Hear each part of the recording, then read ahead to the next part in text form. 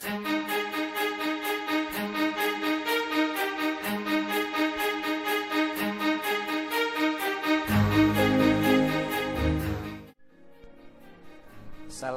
warahmatullahi wabarakatuh. Hai semuanya, kita bertemu dalam video pembelajaran bahasa Inggris bersama saya, Ryan Razayani. Untuk kesempatan kali ini, kita akan mempelajari materi bahasa Inggris mengenai prohibition, obligation, and suggestion. Apa sih prohibition, obligation, and suggestion itu? Semoga melalui video pelajaran ini kita semua dapat memahami materi-materi tersebut. Baiklah, selamat menyaksikan. Baiklah, sebagaimana yang tadi sudah saya katakan, bahwa pada kesempatan kali ini kita akan mempelajari tentang obligation, prohibition, and suggestion. Kita langsung saja bahas yang pertama, yaitu obligation. Obligation artinya adalah kewajiban. Jadi, pada kesempatan kali ini kita akan belajar membuat kalimat obligation atau kewajiban menggunakan kata must dan have to. Must artinya harus. Have to atau has to artinya juga sama, harus. Apa bedanya? Must adalah suatu keharusan yang dibuat oleh pembicaranya. Jadi si pembicara merasa kalau dia memang betul-betul harus melakukan hal tersebut.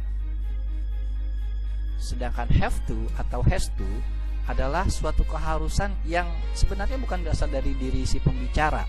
Jadi seperti ada sebuah dorongan atau tekanan dari luar. Oke, untuk lebih jelasnya kita lihat pola kalimatnya. Jika kita menggunakan must, maka pola kalimatnya adalah subjek diikuti kata must, lalu kata kerja pertama atau verb one, lalu diikuti objek jika memang dibutuhkan objeknya, lalu pelengkap. Dan bagaimana jika menggunakan have to? Pola kalimatnya adalah I, you, we, they, diikuti kata have to, diikuti kata kerja pertama, lalu diikuti objek jika memang dibutuhkan, lalu pelengkap. Dan sekarang pola kalimat yang menggunakan has to.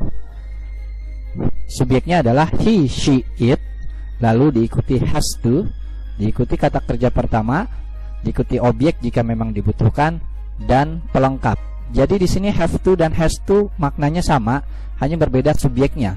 Kalau subjeknya I, you, they pakainya have to, kalau subjeknya he, she, it menggunakan has to. Oke, untuk lebih jelas kita bisa lihat contohnya. I must study hard. Aku harus giat belajar. Bisa dilihat di gambarnya, si anak tersebut merasakan keharusan untuk belajar dari dalam dirinya. Makanya dia dengan senang belajarnya. Tidak ada tekanan dari luar. Contoh berikutnya, you have to go to work. Kamu harus pergi bekerja.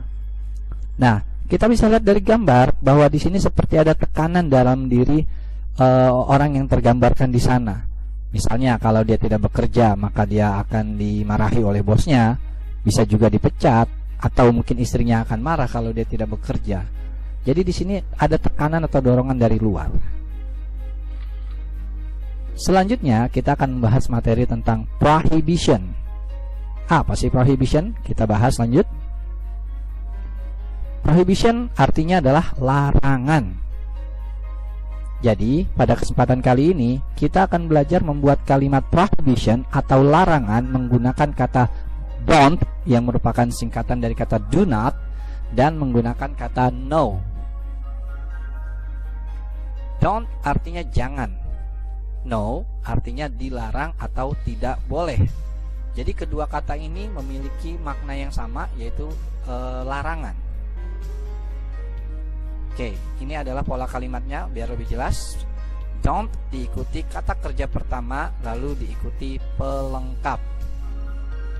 Sedangkan jika kita menggunakan no, maka pola kalimatnya adalah no diikuti kata kerja bentuk ing atau verb ing atau biasa disebut sebagai present participle, lalu diikuti kata benda. Maaf, di sini kata kerja bentuk ing atau juga bisa kata benda, lalu diikuti pelengkap. Biar lebih jelas, kita langsung saja lihat contohnya. Don't park here. Jangan parkir di sini. Di sana ada gambarnya rambu lalu lintas parkir dicoret, P dicoret ya, yang artinya dilarang parkir atau jangan parkir di sini. Lalu, no smoking here. Dilarang merokok di sini. No smoking. No. Lalu diikuti kata kerja bentuk ing. No smoking. Nah, selanjutnya, no food and drink in the class. Tidak boleh ada makanan dan minuman di kelas. Pada contoh yang ketiga ini, no diikuti kata benda, food and drink. Lalu kenapa bisa diikuti kata benda atau juga bisa diikuti verb ing? Karena verb ing juga bisa kita anggap sebagai kata benda yang disebut dengan gerund. Untuk pembahasan gerund akan kita bahas di lain kesempatan. Oke, kita lanjut membahas selanjutnya, yaitu mengenai suggestion. Suggestion artinya adalah saran. Jadi, jika kita mendengar kata suggestion ataupun advice, itu kedua kata tersebut artinya sama. Maknanya sama, walaupun suggestion kita artikan saran, advice kita artikan nasihat, tapi keduanya memiliki makna yang sama. Nah, pada kesempatan kali ini kita akan belajar membuat kalimat suggestion atau saran atau nasihat atau advice menggunakan kata should yang artinya adalah sebaiknya. Kita perhatikan pola kalimatnya. Subjek diikuti kata should, diikuti kata kerja pertama dan pelengkap. Di sini subjeknya subjek apapun ya, tetap diikuti should. Oke, untuk lebih jelasnya kita perhatikan contoh berikutnya. You should rest your eyes if you have looked onto monitor for a long time. Kamu sebaiknya mengistirahatkan matamu jika kamu telah lama menatap monitor. Di sana bisa kita lihat di gambar bahwa seorang tersebut mungkin bekerja terlalu lama menatap monitornya sehingga matanya lelah. Makanya untuk dari itu kita bisa memberikan saran, yaitu you should rest your eyes if you have looked onto monitor for a long time. Kamu sebaiknya mengistirahatkan matamu jika kamu telah lama menatap monitor. Oke, pemirsa sekalian, untuk kali ini selesai video pembelajaran bahasa Inggris mengenai prohibition, suggestion, and obligation. Sekian dari saya, dan saya ucapkan terima kasih untuk perhatiannya. Oke, pemirsa, kita baru saja selesai menyaksikan video pembelajaran yang tadi mengenai prohibition, obligation, and suggestion. Gimana, gampang ya? Sebenarnya bahasa Inggris itu gampang, tidak ada yang sulit, asal kita mau berusaha. Semoga dengan video tadi kita semua dapat dengan mudah memahami materi-materi mengenai prohibition, obligation, and suggestion. Sekian dari saya ucapkan terima kasih sekali lagi untuk perhatiannya. Kita bertemu kembali di video pembelajaran bahasa Inggris yang lainnya. Wassalamualaikum warahmatullahi wabarakatuh.